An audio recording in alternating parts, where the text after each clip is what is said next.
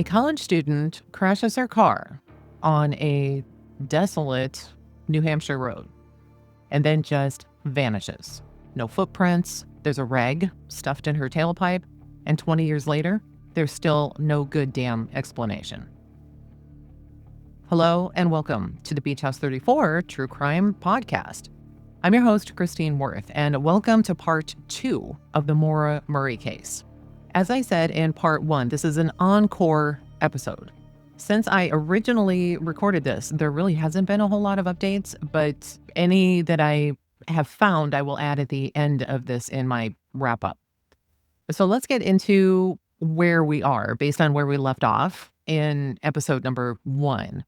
We know that Maura was a star athlete in high school and very, very smart. She was so smart that she was accepted to West Point. Now, while at West Point, she makes a huge mistake and is asked to leave the school.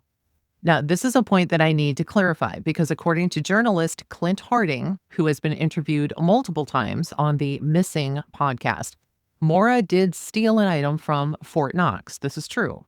However, it does not seem to be the reason for her leaving. The theft occurred in July of 2001, and it wasn't until well after this time that she left West Point for UMass. Now, you might be wondering, why was she still at West Point in the summer? You know, most students are off for the summer break, right? Well, evidently at West Point, you are required to stay the whole summer of at least your freshman year, and they work you relentlessly. So we know that she didn't leave West Point because she was told to, although, she probably did get reprimanded in some way. We do know that it appears as though Maura just felt like West Point wasn't for her, and so she transferred to UMass to study nursing. We know that while at UMass, Maura is caught using a stolen credit card for food, and she's put on probation sometime in 2003. And this probation doesn't end until sometime in 2004. So if we fast forward a few months to Friday the 6th of February 2004, Maura is working a security job at Melville Hall. This is actually Thursday into Friday, and Melville Hall is just a few yards from her own dorm at Kennedy Hall. We know that she speaks to her sister Kathleen that night. Now, in the first episode, I had said it was around 10:20 p.m. when she spoke to her sister, and it was, but what I've learned was the entire call actually went from 10 p.m. until 10:38 p.m. I later discovered that Maura had called her boyfriend Billy after this and then spoke with him from 12:07 a.m. until 12:14 a.m. Now, this is based on Maura's phone records, and for some reason, this doesn't get talked about very much. The same night, if you remember, a student, Patrice Fossey, got hit by a car, and the car just takes off. Now, Patrice isn't discovered until 12:20 that morning, but we don't know what time he is hit. By 1 o'clock in the morning, Maura is so distraught at her job that her supervisor has to walk her back to her dorm room. We also know that we were told that her 1996 Saturn was running and it was in really, really bad shape, and it was only running on 3 cylinders. Now, on the 7th of February, that Saturday, the Saturday after she had to be escorted to her dorm room, her dad comes to visit. And the intention of her dad is to purchase Maura a different vehicle. That same night, Maura and a friend attend a dorm party. Now, Maura's dad has let her borrow his new Toyota because her car is, just really not very reliable. So Maura then decides in the early hours of the morning to then drive her dad's car back to him at the hotel that he's staying at instead of waiting until later on in the morning. Now, one of her friends thought this was kind of strange because she had been drinking. Now, while she's driving her dad's car back to him, she gets into an accident with his car, but Maura isn't charged with anything. She then gets a ride to her dad's hotel. We don't know if she actually got into her dad's hotel room, but what we do know is that a call was made to her boyfriend Billy on her dad's phone at 4:49 in the morning. Her dad didn't even know that she was in the room until around 10 o'clock that morning. Now, when her dad finds out about the car, he's not happy, but he does eventually find out on Sunday, the 8th, that the insurance will cover the damage. So Sunday night, the 8th, her dad, Fred, has already taken off for a business thing he had to go to. He calls Maura at around 11:30 that night to remind her to pick up the accident forms and that they will go over the forms on Monday night, the 9th. Now, this same day, the 9th, is also the same day that Maura disappears. We find out that she searches for directions to the Berkshires and Burlington, Vermont, and she uses MapQuest to do this. At 1 o'clock that day, this is hours later, she emails her boyfriend and tells him that she'll call him later on. She then makes a phone call to Bartlett, New Hampshire about renting a condo at the Attitash Resort at 1:13 p.m.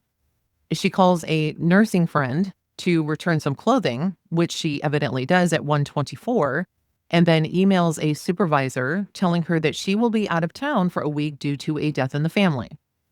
This is not true. At 2:05, she calls a number of places in Stowe, Vermont. And at 2:18 p.m., she again calls her boyfriend and leaves him a voicemail that says that they will talk later, okay? She packs her car with clothing, textbooks, toiletries, a cell phone charger, a travel adapter for her cell phone. And around 3:30 that afternoon, she then drives off the UMass campus in her Saturn, the same car that, isn't running very well. And evidently on this day, class wasn't even in session because a snowstorm had come through and it was just so bad that they just went ahead and canceled classes. But let's back up just a tiny bit because I learned a little bit more about the days leading up to the day that Maura went missing. So let's revisit the Petreet story. This is the student. He was left lying on a corner after a hit and run near the UMass campus. Now, many have speculated that at some point in the evening, Maura got a break from her job and she drove somewhere for food or coffee or whatever and ended up hitting Petreet and then drives away, which is what makes her so distraught later on that night. It's also speculated that this is why her dad, Fred, drove up the next day to purchase a different vehicle for Maura because Maura was the cause of Petreet's accident.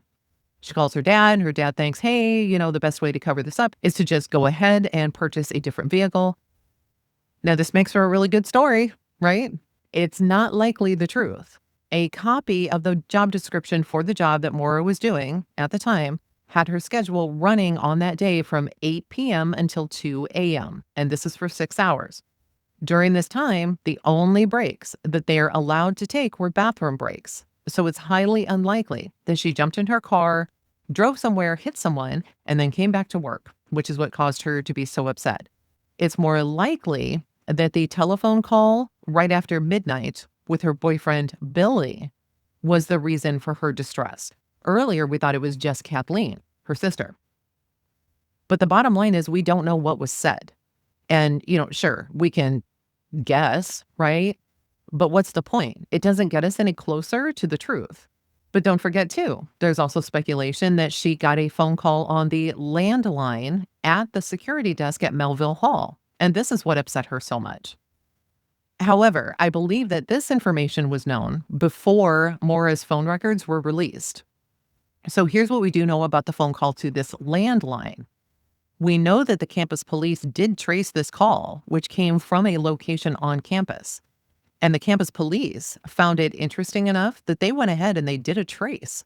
But later they said that the person who had made the call from the location that they had found had quote unquote moved on. Now, I don't know what they mean by moved on. Do they mean left the location, left school? It's just not very clear. The reason that the campus police were looking into this was because the UMass campus has its own phone system. There are phones that are located throughout campus, and some of these phones are called house phones, where literally anyone could just pick up a phone and make a phone call. Since it's kind of like a public phone, there's no way of knowing who made the call. And it's unlikely, but it could be that the call that made Maura so upset was from a phone located on campus. It seems that the information that's learned about Maura's case is always changing, which is why the whole case has been such a hot topic for years. Nothing ever seems as definitive as it first appears. So with all of that said, let's start with where we ended last time. It's 3:30 in the afternoon, and this is on February 9th. At 3:40 p.m., she's just left campus. Remember, school is not in session. There's a snowstorm. She's driving this car that doesn't work very well. But at 3:40 p.m., She stops at an ATM and she withdraws $280. This was nearly all of the money that she had. Now, the ATM footage was finally released by the police department after many, many, many years. And it shows that Maura was by herself, or at least at the ATM. It wasn't a drive-up ATM. It was a walk-up ATM. So if somebody else was in the car, it would be very, very difficult to see that. Soon after this, Maura then makes another stop, and she stops at a liquor store. And there's some discrepancies as to what Maura purchased here. At first, it was thought to be some Bailey's Kahlua and a box of wine, which totaled about $40. The receipt in her car, however, showed that she purchased a box of wine, a bottle of Kahlua, and a 6-pack of Seagram's wine coolers. Now, according to State Police Lieutenant John Scarinza, who retired in 2009, the bottle of Kahlua wasn't even located in Maura's vehicle at the time of the accident. Security footage from the liquor store shows that she was alone here too, but again, she's in the store. There's no way of knowing if somebody else is just sitting in the car. As it stands, it is assumed that she hit the interstate around 4 to 5 o'clock p.m. on Monday, February 9th. At 4:37 p.m., Maura calls to check her voicemail. This is the last recorded use of her cell phone. We later learned that this phone call was made to her dorm room to check her voicemail there in case she had any messages. Now, at this point, we're assuming, and everybody assumes, that Maura is traveling along the 91 Interstate, 91 North, and that she takes the exit to reach Route 302, which would be exit 17 off of Interstate 91. And remember, she's coming from Amherst, Massachusetts. We do know, and I'm just kind of putting this out there, that she did stop at a gas station before getting onto Route 112. Now, some have speculated that she must have stopped again to get gas because when her car was found, her tank was nearly full. So where was Maura actually going? Well, there is a ping on Maura's cell phone that comes from Londonderry. Now, the problem is that there's a Londonderry, New Hampshire, and a Londonderry, Vermont. However, Londonderry, New Hampshire is way, way, way off course where Maura was believed to be heading. It's actually off Interstate 93, and it's over 80 miles away from Interstate 91. So we can assume then, based on what we know, that this ping came from a tower around Londonderry, Vermont. Now, this would be on the way to Burlington, Vermont. And if you remember, this is one of the places that she researched before she left campus. Now, this ping has been a source of contention in online forums and such because a phone call was made to Maura's phone from the Londonderry Tower. I think a lot of this information it kind of comes down to what is meant by the term ping or how people are using it. So when I hear that Maura's phone pinged off of a tower at Londonderry, she, or at least her phone, was in the area. It has nothing to do with where the call originated from. The call to Maura could have been from Paris, France. A ping could have meant that she called out or she received a call while she, or at least the phone, was in the Londonderry area. Regardless of if she answered the phone or not, it would have still pinged wherever Maura was. Now, why would her phone ping off of somewhere around Londonderry? We don't know. Now, one of the reasons why so many people dive so deep into where Maura was going or what her driving intentions were is simply because of what came after the last known location of Maura. And this happened to be in the village of Woodsville, New Hampshire, where she had lost control of her vehicle around a corner and crashed. I'll get into all of these details, but this is important right now. Now, to get to this location, she would have gotten off Interstate 91 North, presumably at exit 17, where then she would hit Route 112. And remember, she used MapQuest was the only way to be able to get around if you wanted to search it online, but then you had to print it out and everything back when this was occurring. In 2004, MapQuest was very literal. It just gave you the most direct route using major roads that were available, defaulting to highways and larger state routes. The likely route that MapQuest would have given Maura would have been taking Interstate 91 North, taking exit 17 for then US 302 east towards Wells River, Vermont, and then finally to Woodsville, New Hampshire. This is about 130 miles, 2 hours and 30 minutes with no major stops. Her car would later be found on New Hampshire Route 112 south of Woodsville, not the expected path that she would have been maybe required to take by MapQuest. And it was in the middle of winter. There was lots of snow and driving a car, right, that had seen much, much better days. It's just not typical. And her dad, Fred, believed that Maura, was headed to Bartlett, New Hampshire. Now, Route 112 would get her there. This is where Attitash is located, one of the locations that she was interested in. But it's not the best route to take. But we still don't know why her phone would have pinged off of the Londonderry, Vermont tower, because Londonderry is a very small village in south central Vermont. Maura's car was found near Woodsville, New Hampshire. These locations are roughly 80 miles apart, over an hour. One possibility is that she went off the highway intentionally. Was she trying to take back roads to get to a specific area in the White Mountains? Some speculate that she was sightseeing or maybe clearing her head. Another possibility, someone else had her phone. If her phone was with her, this means that she zigzagged. But if her phone was not with her, maybe someone else had it, though there's no solid evidence for this. The last possibility, which kind of seems a little bit of a reach, but the ping was actually an artifact. In 2004, cell towers could overlap in coverage. A phone could sometimes hit a tower miles away if the signal path was clearer in that direction. But 70 plus miles, that's a huge leap. So it likely means that she was physically closer to Londonderry at some point. Or her phone was.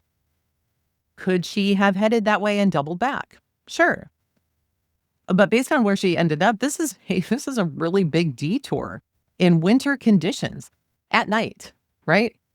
She didn't seem to tell anyone she was heading that way. Did she know somebody in the area? Or was she just simply avoiding the main routes on purpose? Or, and the creepier possibility, is that somebody else had her phone? Now, we could sit here and speculate on this all day long. What did she do? Where did she drive? Why did it hit off of this tower? So forth and so on. But the bottom line is that in Woodsville, New Hampshire, on Route 112, Maura lost control of her car. It either hit a tree or a snowbank so hard that it spun her car around so that it was facing the opposite direction in which she was traveling. Now, later news reports would say that it was a snowbank, not a tree. And in even later reports, when those who are experts in accident reconstruction, they said that the damage done to her car didn't match hitting a tree. It was also stated that the first time that she came around this corner, the one where she eventually lost control, she passed a red barn. And remember, we're in Woodsville, New Hampshire. And this red barn that will constantly be talked about is an antique store. And that at this corner, she hit the curb on the opposite side of the road, which then bounced the car over to where her car eventually ended up. Now, when you look at pictures of her crash site, and they're everywhere on Google Images, you can see what I mean by the red barn. But the bottom line is what happened is that here, south of Woodsville, she lost control of her car, hit either a tree or a snowbank. Her car spun around, and then at 7:27 p.m., a phone call comes into the Grafton County Sheriff's Department.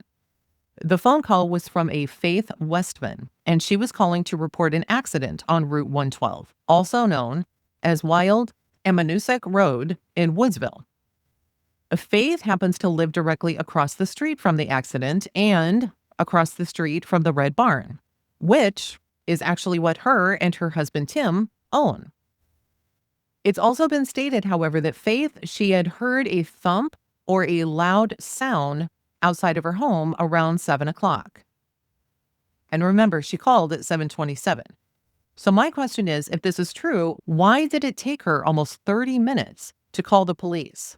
With that said, she does call at about 7:27, said that a car had landed in the ditch, and then told the dispatcher that she thought she saw a man smoking a cigarette inside the car.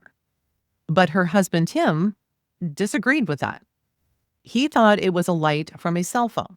Now, when you consider what a cigarette looks like in the dark, you picture a glowing red circle, right?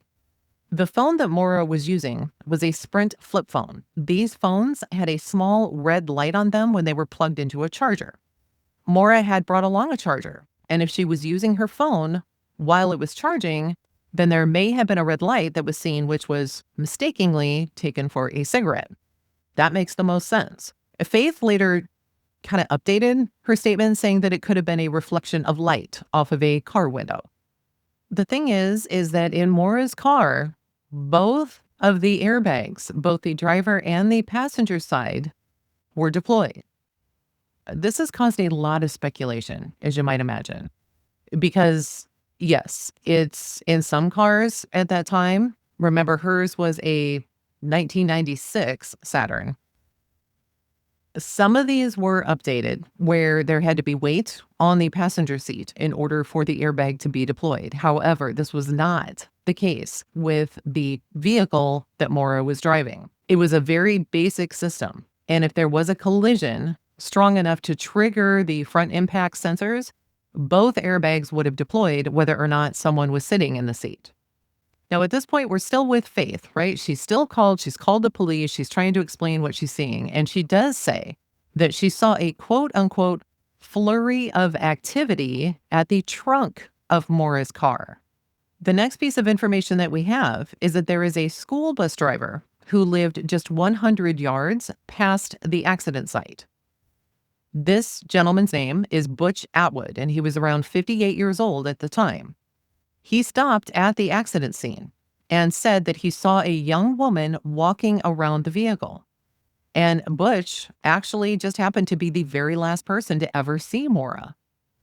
But the thing is that Butch noticed that, of course, he didn't know that it was Maura at the time, just said the young woman wasn't bleeding or injured, but she was very cold.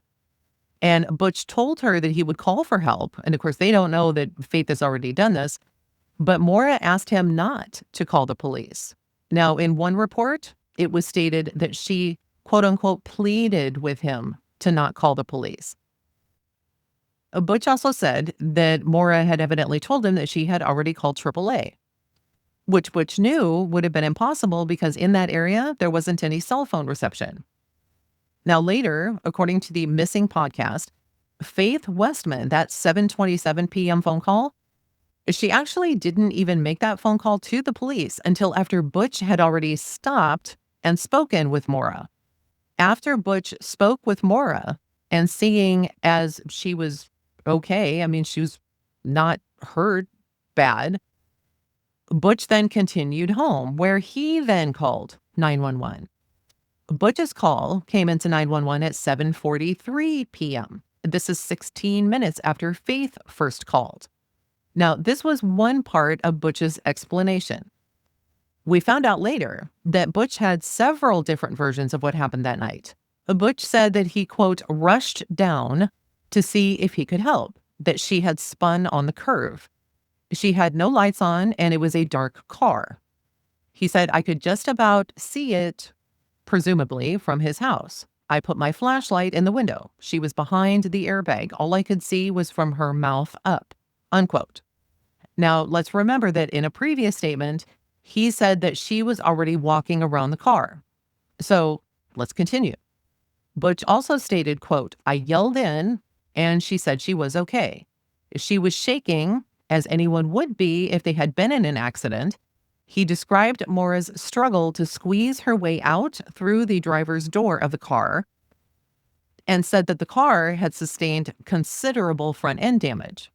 However, and again, I don't mean to laugh, but I'm laughing because it's so frustrating.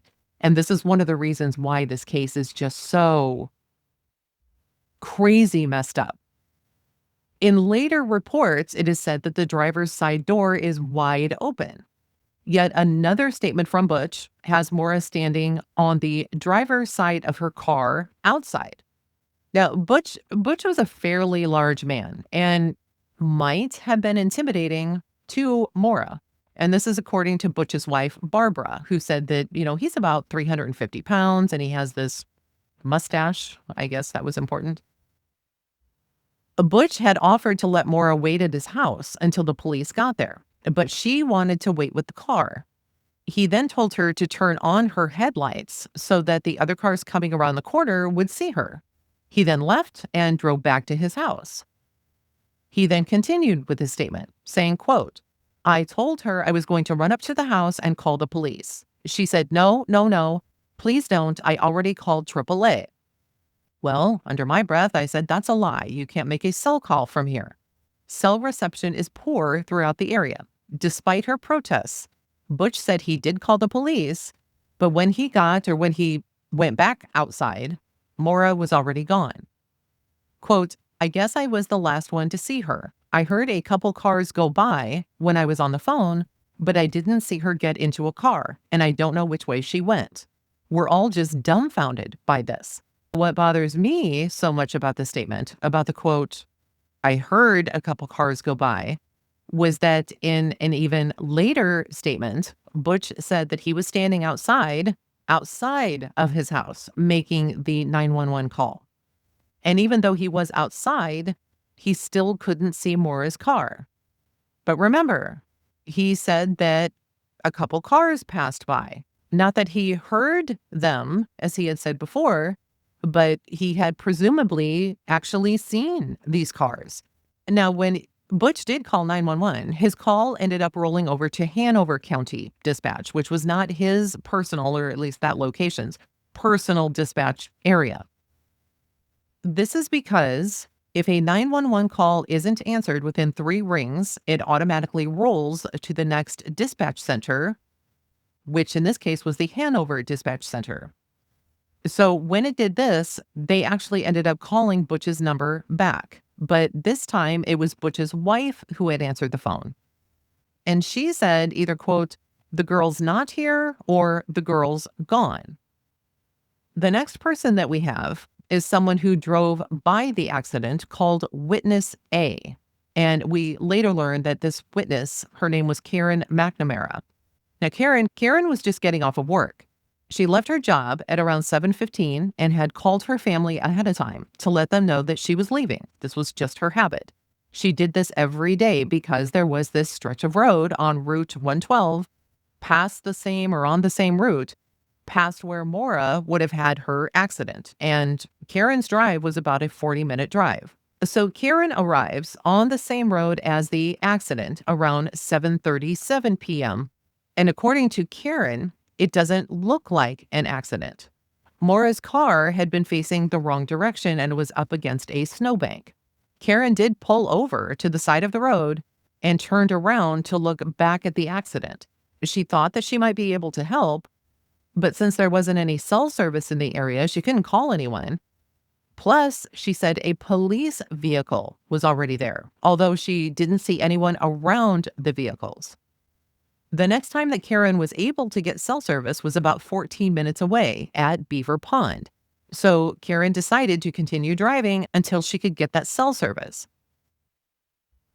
At 7:40 p.m., this is just 3 minutes after Karen noticed the vehicles, another neighbor just up the street and across the street from Butch Atwood's house, this guy was named John Marotte, calls 911 about the accident. His wife, Virginia, had said, quote, from our kitchen, we saw a car down the road with trouble lights flashing and someone walking around the car.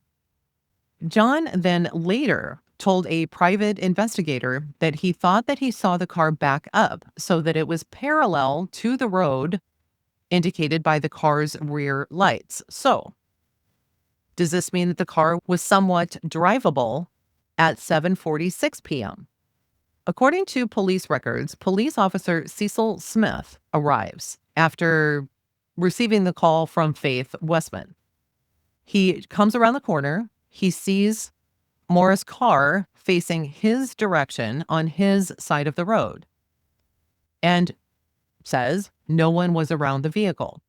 Here's what's interesting, though. According to the Missing podcast, the responding officer, they don't give his name, but at this point, we're assuming it's Cecil.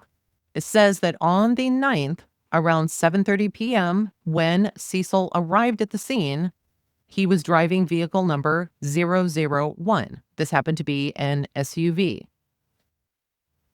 Now, we aren't sure why the official police record says something different as far as the time frame goes. Maybe it wasn't until 7:46 that Cecil called into dispatch to let them know that he was there. Nonetheless, what's important is that when he arrived, the car was locked and no one was around.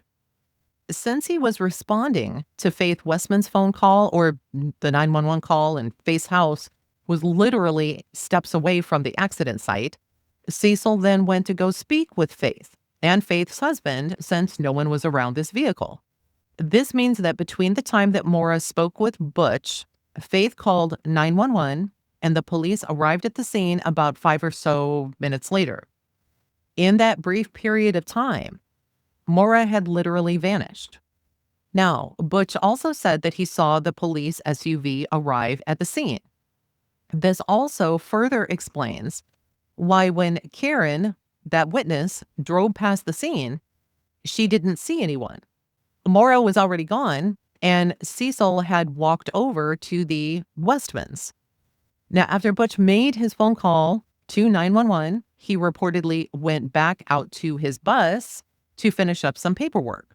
The police officer, Cecil, then walks up to Butch's house, where Butch was still inside his bus doing paperwork.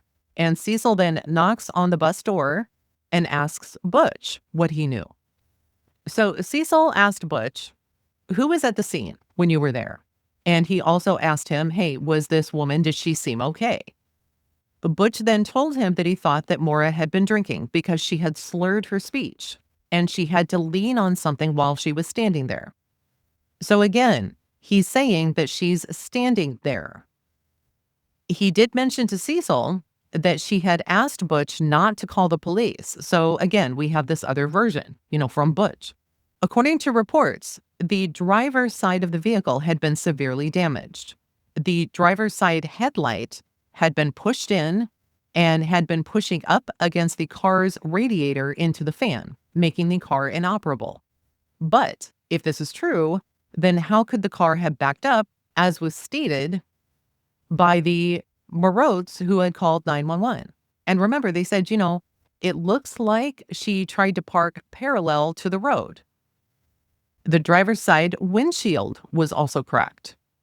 So back at the scene, the police officer, Cecil, he's looking inside the car and he sees something red splashed on the interior of the driver's side door and on the inside roof of the car. Remember, Maura had made a stop at the liquor store. She had purchased some Kahlua, some vodka, etc. None of this was recorded in the police report, which was written 6 days after the accident as having been found in her car. The only thing noted, I believe, was the wine box that was crushed behind her seat, which is supposedly what made these red splashes on the driver's side door and on the, headliner of the vehicle. Also, when Cecil arrived, he had noticed that the car was locked. They had discovered inside the car, though eventually, a AAA card issued to Maura, a Coke bottle that contained a red liquid with a strong alcoholic odor, driving directions to Burlington, Vermont, and Stowe, Vermont. Both of these had been printed off of MapQuest. Also found in the car was a book called Not Without Peril. This is about deadly hikes in the White Mountains. Blank accident forms, CDs, makeup, jewelry, some gloves that were brand new, never worn, and a stuffed monkey. Now, the items that were not found within Maura's car were her debit and credit cards or her cell phone. None of these items have ever been located, as far as we know. Maura's cell phone was a silver Sprint flip phone. And while they did try to trace it, they couldn't, either because the cell coverage was so bad or the battery had died. She likely also had a backpack with her that also was not found. And this backpack was very unique because the logo on the back of the backpack would have been colored in. And the reason for this, according to her sister Julie, is that because at West Point, you were not allowed to have logos showing on any of your items, so you had to hide them. And usually that meant that you darkened them or you colored them in. So later, much later, and we'll get to this in the episodes, they, of course, because Maura becomes a missing person, they go through her dorm room, right? They search her dorm room and they take photos of the inside of the dorm room. In these photos is evidently this stuffed monkey. It's hanging right there. It's hanging off of a pipe in her dorm room. So if the police say that they had found a stuffed monkey in the vehicle, why is it still hanging there in her room? It could be that she owned two. She didn't live with anybody. It was just her. So it couldn't have been a roommate's. They lied about finding a monkey, but that would be a ridiculous lie, right? Of all things you're going to lie about, why lie about that? Or the photos weren't actually from after Maura went missing. They were actually taken before she left campus, not after. And if this stuffed monkey was so important to her, why would she even leave it in the car, right? I mean, it might have taken up more room. Who knows? But it is strange, isn't it? Another thing that was odd, and this is not even the beginning of the odd things, was that investigators had found a broken piece of plastic trim at the crash site near Maura's car that didn't belong to her vehicle. As a matter of fact, it was identified as coming from a late model Chrysler vehicle. This kind of made people theorize that, maybe she had been hit or she had sideswiped another car, which forced her off the road. But the problem about this is that no other car was ever identified. There was no paint transfer that was matched. There was no witness that ever saw a second vehicle. And by paint transfer, photos actually show a white scuff mark on the rear bumper of her Saturn. Again, just theory, but that it could have come from a minor collision. Maybe she backed into something or another car bumped her. This scuff mark plus this random Chrysler piece have led some people to believe that there was another car involved and that maybe the driver knows exactly what happened to Maura.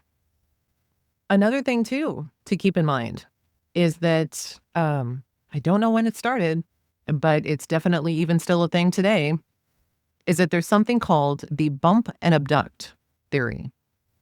And this is where a predator will either lightly rear end or sideswipe a woman's car in order to make her pull over, pretending that it's just an innocent fender bender. And once the victim is out of her car, she can be abducted.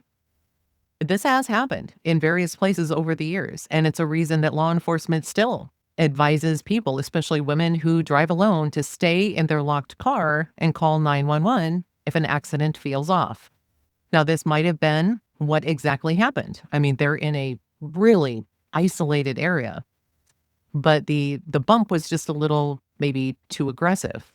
But that still doesn't explain. And so the person who did this, made her actually spin out and get into this accident. The person freaked out and took off, but it still doesn't explain where Maura went, right? But where did this random car part come from? This random Chrysler plastic part. We do know that the soda bottles were found, or a soda bottle was found in the car, smelled like alcohol. One assumption was that she had been drinking. Maybe one of the reasons why she didn't want the police called, right? That would make total sense. But remember, too, that her windshield was cracked, as if she had hit it during the accident. So another possibility is that she had suffered a pretty severe concussion. And if she did, she might have been very disoriented. And these concussion symptoms can even include slurred speech. But all of her other things were out of the car, including presumably her backpack. And she had to have gone somewhere. There's snow around. It'd be easy to track the footprints, correct? We'll get to that. So Cecil, the officer, he's still there. He doesn't know what happened to Maura. So what he did is he asked Butch if Butch could go and drive around and see if he could find her. He's quoted as saying, "I took a ride around the back roads. I was gone about 15 minutes, and then I took a ride to French Pond." He then said that he looked around the immediate area of the accident on both sides of the road for any footprints in the snow, and he didn't find anything.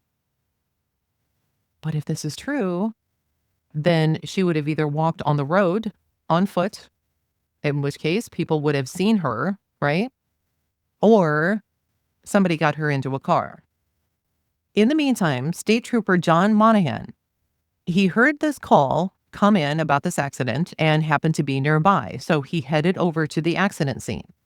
He pulls up next to Cecil and asks Cecil if there's anything he could do. Cecil then tells him that he had Butch out driving around in the area looking for this missing driver. So John said that he too would drive around to see if he could locate Maura. So John then turns around and he goes back towards the town of Swiftwater because it made sense that someone who was just in an accident would likely head towards civilization. And I agree, totally makes sense. He goes to the areas that would be more populated, some stores that were around or open or whatever. And one of them did actually have security footage, none of Maura, but they pulled it, they looked at it, there was nothing there. But even as he went around these places, after about an hour of doing this search, he left. He never interviewed anybody. So I'm not exactly sure when these tapes were looked at, if they were at all. John Monahan, as of the middle of 2007, was actually assigned to work at the Registry of Motor Vehicles. Now, Karen, the woman who we now know is Witness A, remember, she had left work and had been driving home when she came across the accident site. When she finally reached Beaver Pond, which is where her cell phone finally connected, she made 2 phone calls. The first one that she made was at 7:52 p.m., which means that it puts Karen around the crash site near 7:37 p.m. Remember, though, the official police record says that Cecil Smith, the responding officer, didn't arrive until 7:46 p.m.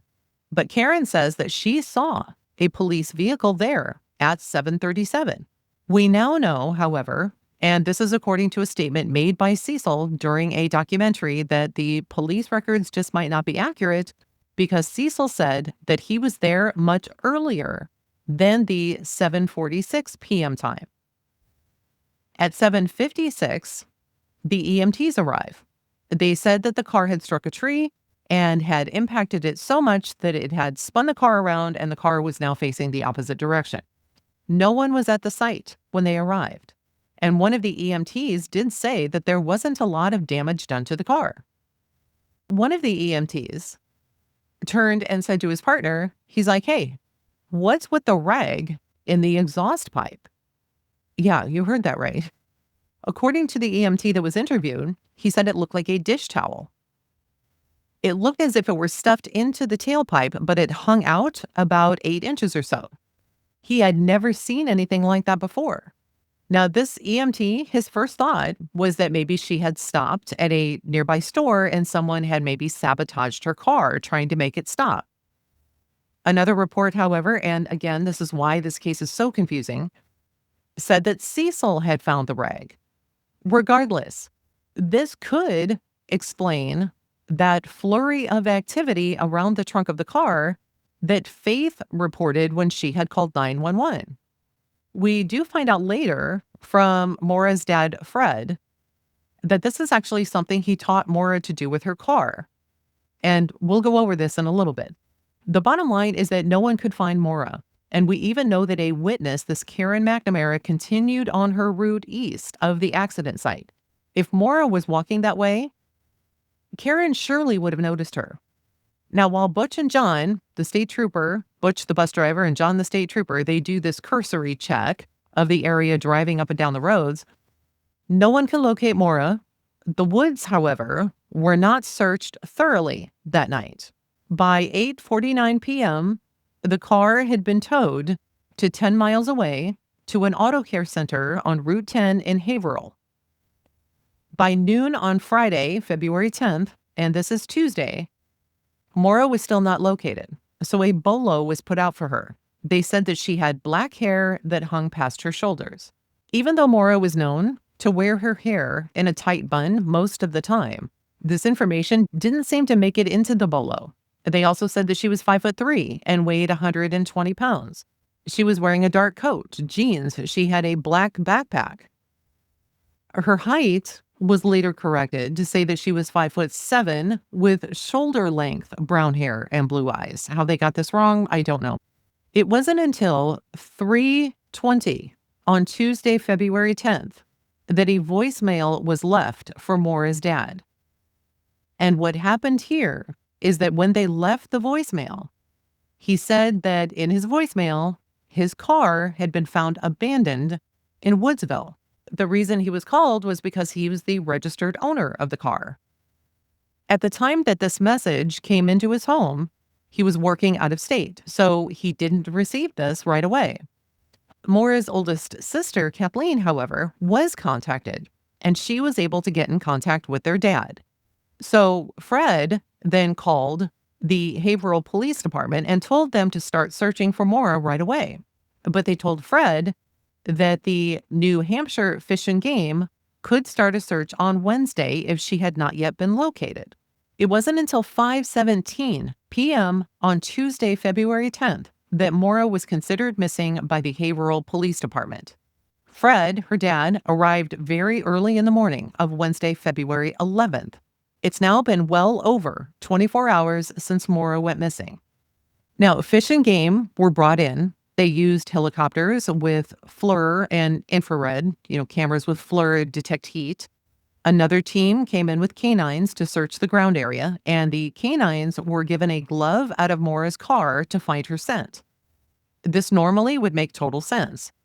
The problem with this is that the gloves that they used, they were brand new. Maura's dad was upset that the police didn't use something of hers that she might have worn more often. And I totally agree. Or did they even bother to ask the family which item they should use? Fred wasn't even sure if she had worn the gloves yet at all. But, they were in the car, so maybe they might have picked up some kind of scent in the car, right? The dogs did track to near the Bradley Hill Road and Route 112. This was about 100 yards east from where her car was found. There are some inconsistencies, surprise, surprise, with where the dog lost the scent. In one documentary, they made it appear as though the dog had lost the scent going west on Route 112 toward the Red Barn and towards town. Another documentary, which was actually released much earlier, included Fred, Maura's dad. And what he did is in this documentary, he walked you to where her scent was lost. And this lost scent that Fred points out ends near a building heading east. Now, because the dogs lost her scent, police then believe that she had left the area in another vehicle. That being said, though, it appears as though her scent was lost 100 yards east of her vehicle's location. Now, at this location, you find the home of Butch Atwood, the bus driver, who was the last person to see Maura. And on the other side of the road is the home of Rick Forcier. Rick, at the time, was a 45-year-old contractor who lived in a trailer on his property while his home was being constructed. Rick was questioned by police 10 days after Maura went missing. This is the first time they questioned him. But according to Rick, he didn't see anything. Also, there is the home of Virginia and John Marotte, who live next to Rick. They are the ones who had called 911 and thought that they had seen Maura's car kind of being adjusted, right? Or backing up or something along those lines. No footprints were located that couldn't have been cleared or accounted for. When they got into the woods, they were doing these searches and in the snow. There hadn't been any additional snowfall and the wind hadn't picked up either, which means that the conditions in which they were searching were nearly identical to the night that Maura went missing. So at least that's a 1+, right? After the search began, Fred then headed to Route 112 to help in the search. He walked along the street where Maura's car had been found, and then he walked around looking for clues to try and find his daughter. The same morning of Wednesday, February 11th, Maura's boyfriend Billy, who remember was an Army sergeant and stationed in Oklahoma, he's about 1,800 miles away, he was able to get a leave of absence to go help in the search. He headed to the airport to catch a flight, and while he was heading there or going through airport security, he had shut off his cell phone. And when he turned his cell phone back on, there was a strange message on his phone. And according to Billy and Billy's mom, he had received this voicemail around 7 o'clock that morning. Now, I'm not certain. I'm sure he's probably talking about 7 o'clock in the morning Oklahoma time and not, East Coast time. But nonetheless, he thought that it was the sound of Maura sobbing. The call was traced, and it was traced to a calling card issued to the American Red Cross. Billy's mom had also listened to the voicemail and she believed that she heard, quote, soft shivering sounds and sniffling. When Billy tried to call back the phone number, it was discovered that the caller had used a prepaid calling card. Now, this was not unusual. Maura often used calling cards. As a matter of fact, in 2003, when Maura was at Billy's house for Thanksgiving, it was Billy's mom who had given Maura these prepaid calling cards. The rest of Maura's family, including her sisters Kathleen and Julie, her two brothers, her boyfriend Billy, who was on the way, and even Billy's parents, who came from Ohio, arrived later on that day to help in the search. Maura's brothers and sisters, they drove east on Route 112 as far as North Woodstock and Lincoln, and then they crossed into Bartlett and Conway, hoping to locate Maura. Now, these places, they were all very familiar to the family because they had taken many summer vacations there. They checked hotels, they handed out flyers, they hung flyers at gas stations, police stations, bus stops. And eventually they all gathered at the Wells River Hotel, where it became kind of a headquarters of sorts. It wasn't until around 5 o'clock that night when the Roush family, which would be Billy and his parents, arrived at the Haverhill Police Department. And Billy's mom is quoted as saying, quote, Billy was extensively interrogated in private.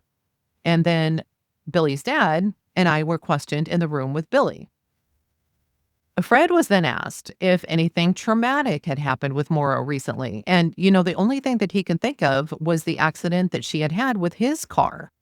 But Fred said it wasn't a big deal. Her dad, Fred, said this is really unusual. This is not like her at all to just take off.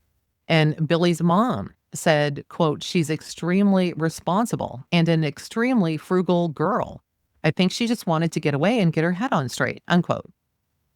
But for what? I mean, that's what we still don't know. For what?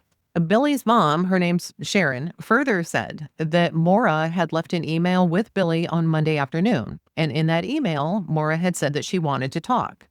Now, this would be the email that we mentioned earlier where Maura had promised to call Billy later that day. By 7 o'clock that night, the police had a meeting, and they said that they believed that Maura had come to the area to run away or to attempt, which her family believed was incredibly unlikely. The police said they didn't find any signs of foul play or that Maura had wandered off into the woods. So when a news report came out and was talking about Maura being missing, Karen McNamara, witness A, the woman who had driven by the scene after work, who had stopped and then continued on so that she could get a cell connection, she took notice of this news story because the news said that if anyone knows anything at all, to call the police. So she did. She told the police that at the time that she drove by the accident, she said that there was already a black and white SUV there with the number 001 on it. And they asked her if she was absolutely certain about the car number. And she said that she was. She knew it without a doubt. It was car 001. According to records, Karen would have driven by the accident site around 7:37 p.m., about 10 minutes after Faith Westman had called 911. So 2 days later, to Karen's surprise, the police call her back and they ask her again, "Are you sure it was 001?" She told them yes, but she thought that it was really odd that they would call back and ask that question. And I agree with her. I mean, that is very strange. However, the police records say that Cecil didn't arrive at the scene until 7:46, quite a bit of time later. Cecil himself, who actually spoke in an interview for a documentary that was aired on the Discovery Channel, said that it was him in the 001 SUV around 7:30. So why then have the police records not been updated? We may never know the story around this because sadly, Cecil took his own life in 2018. It's been speculated that it has a lot to do with this case. In one blog post, it's said that one podcast in particular was pretty relentless in blaming him for Maura's disappearance. And of course, the podcaster's fans just fell in line with accusation after accusation, which is just really fucking shitty, if you ask me. Anything for ratings, right? The bottom line is that no one's even been named as suspect, even today. On Thursday, the 12th, the police held a press release and said that Maura may be heading towards Kangamogus Highway.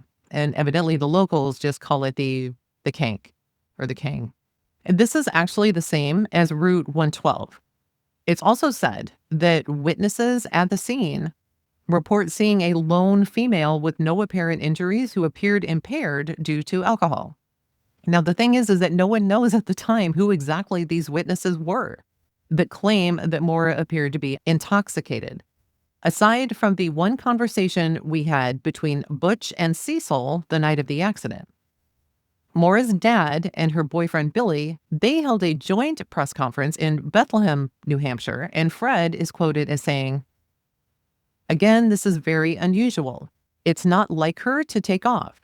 He then looks into the camera and pleads for Maura to come home. He says, "I don't know what the matter is or the trouble you think you might be in, but it isn't anything we can't solve. It's me. You can tell me. We'll work it out and we'll solve it." Around the same time that all of this is going on, there is a newspaper article that is published. And in this newspaper report, there's a quote by the chief of police in Haverhill. And this Chief Williams describes Maura as, quote, possibly. And of course, all the other news outlets just saw this and just ran with it. Chief Williams is again quoted as telling a New Hampshire TV station that, quote, "We did an intense search of the crash scene area for evidence that she may have walked into the woods, but nothing like that was uncovered.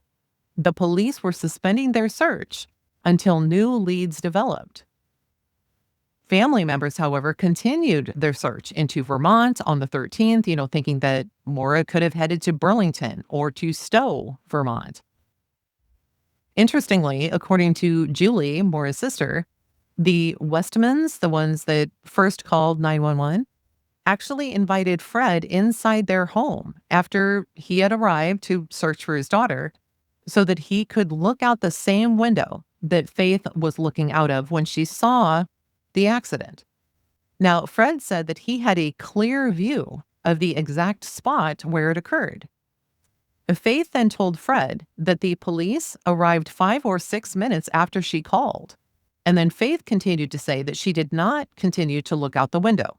This I do not 100% believe. And the reason for this is that because all of us, I don't care who you are, just as human beings, were curious. Plus, this wasn't like a normal everyday occurrence, right? This is a very small place, highly unlikely that there's a bunch of exciting things going on.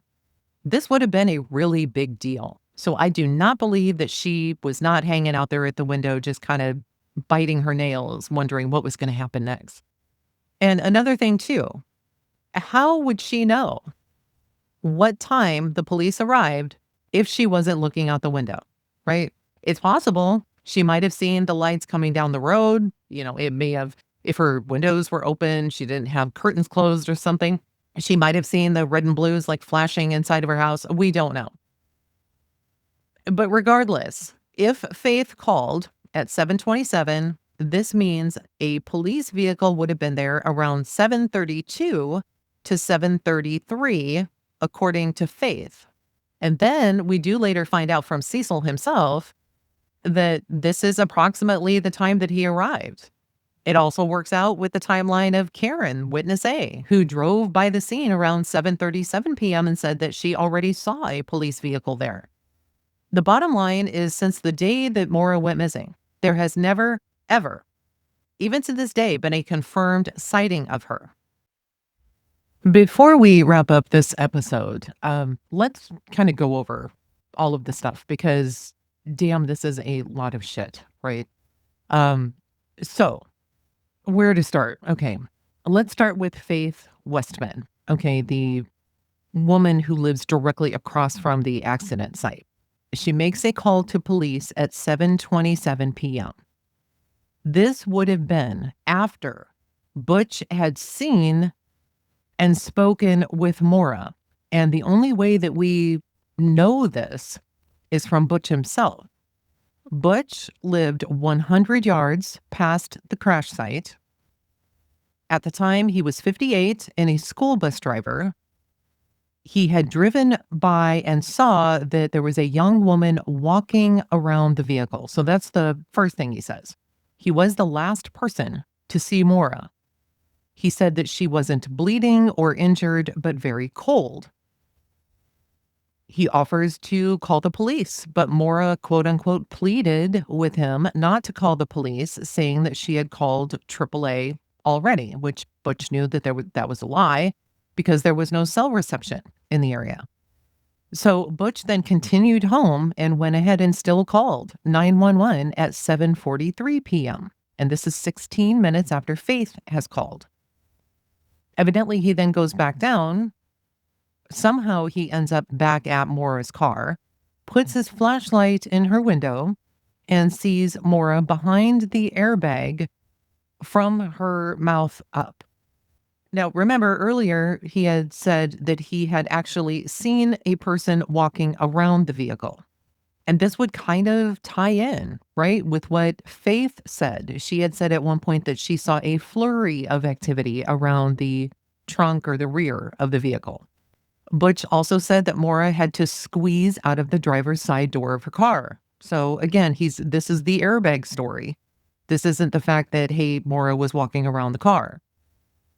Said that the car had sustained considerable front end damage, which, as we learned, does not jive with what the EMTs later said. He said that he said that the lights on her car weren't on, that it was a dark car. Now, I don't mean if he means dark because all the lights were off or dark as in paint color, but it was a dark car. He then said he told her to turn on her lights in case other cars didn't see her when they rounded that corner. He did offer to have Maura come back to his place, but she evidently refused, as far as we know. Remember, he was the last person to see her. After his 911 call, so Butch then goes up to his house because, remember, there's no, or at least really shitty cell phone reception in the area, so he's evidently going to use his landline. So he's at Maura's car. He goes up to his house. He calls 911 and says that he then went back outside and she was gone. While on the phone with 911, he says that he heard a couple of cars go by. Later on, though, he says that he was standing outside making the 911 call and said that from his vantage point, he could not see Maura's car. At this point, he said that a couple of cars passed by. Not that he heard them, because if he was outside, he would have seen them. Wonder if he was ever asked about the make, model, description. Was he ever asked about this? He did say that he saw the police SUV arrive at the scene. Cecil, this is evidently Cecil, so he arrives. He evidently first goes and talks with Faith, who is the person who made the initial 911 call. And then he goes and talks with Butch, while Butch is now sitting in his bus doing paperwork. I don't know if this is a usual thing. Would you do paperwork as a bus driver that late at night? Butch then tells Cecil that Maura was standing outside the car, but now he adds that it seemed like she had been drinking because her speech was slurred and she had to lean on her car. The neighbor that lives across the street from Butch is John and his wife, Virginia. John also called 911 about the accident. And his wife, Virginia, had said that she could see trouble lights flashing and someone walking around the car. So again, we have somebody walking around the vehicle, which kind of jives with Butch's first story. Later, John would tell a private investigator that he thought that he saw the car back up so that it was more parallel to the road. And this is around 7:46 p.m. In some separate reports, there's one that says that the driver's side of the vehicle was wide open. There's another one that says the driver's side headlight had been pushed in and up against the engine, making the car inoperable. So if this is true, how then could the car have been backed up, per John and Virginia? The EMTs, when they arrived, said that there wasn't a lot of damage done to the car. And they were also the first to notice the rag in the exhaust pipe. However, another report said that Cecil, the police officer, had found this rag. We do know that the driver's side windshield was cracked, that a police report about this incident was not written until 6 days after the accident, that inside the car, they found a AAA card issued to Maura, a Coke bottle with a red liquid, blank accident forms. So she had picked them up and intended, you would think, to talk with her dad about them later, because that was the plan. There were also driving directions to Burlington, Vermont and Stowe, Vermont, gloves that were evidently brand new and never worn, CDs, makeup, jewelry, college textbooks and school papers, the book called Not Without Peril, and a stuffed monkey. Outside the vehicle, there was a plastic piece from a late model Chrysler vehicle. There was a white scuff mark on the rear bumper of her car, and no mention at this point of a rag in the exhaust pipe. So now here comes witness A, Karen. She's coming home from work. She comes around the corner and arrives at the accident at around 7:37 p.m. She noticed at this time a police vehicle was there, but no one was around the vehicles. So at this point, Maura is not there. And we can assume, I really hate assuming, but what do we have right now? We can assume that at this point, Cecil is over at Faith Westman's talking to her. Karen continues to drive until she finally gets cell service around Beaver Pond.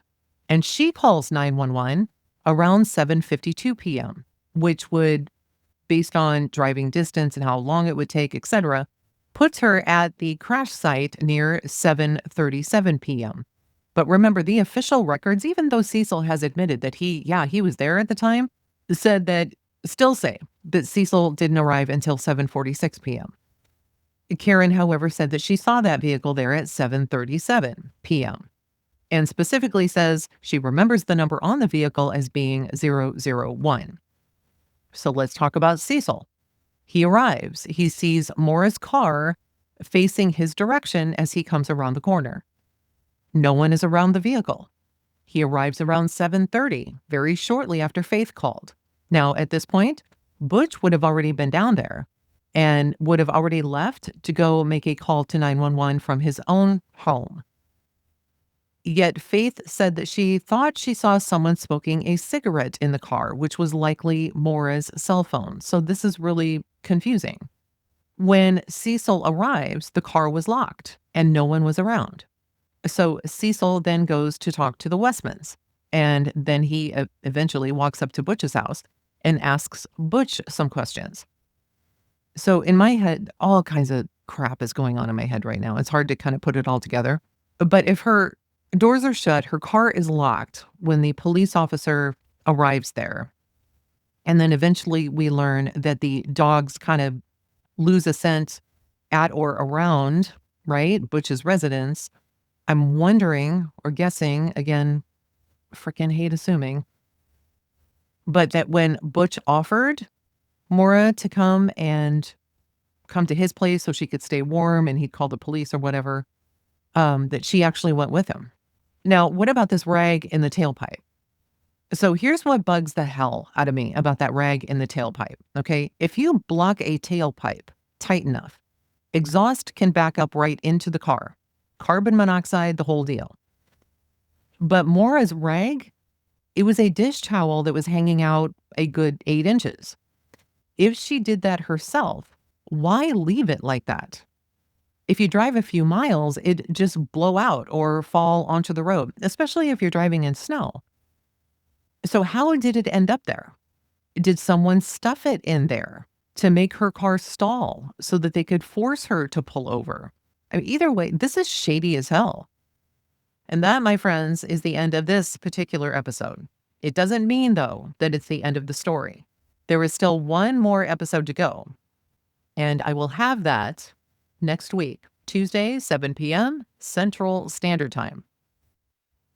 If you are listening to this and you have any information on the case, no matter how small or how trivial you think it is, please contact the New Hampshire Cold Case Unit at 603-223-3648 or by email at coldcaseunit@dos.nh.gov. We'll talk soon. Bye for now.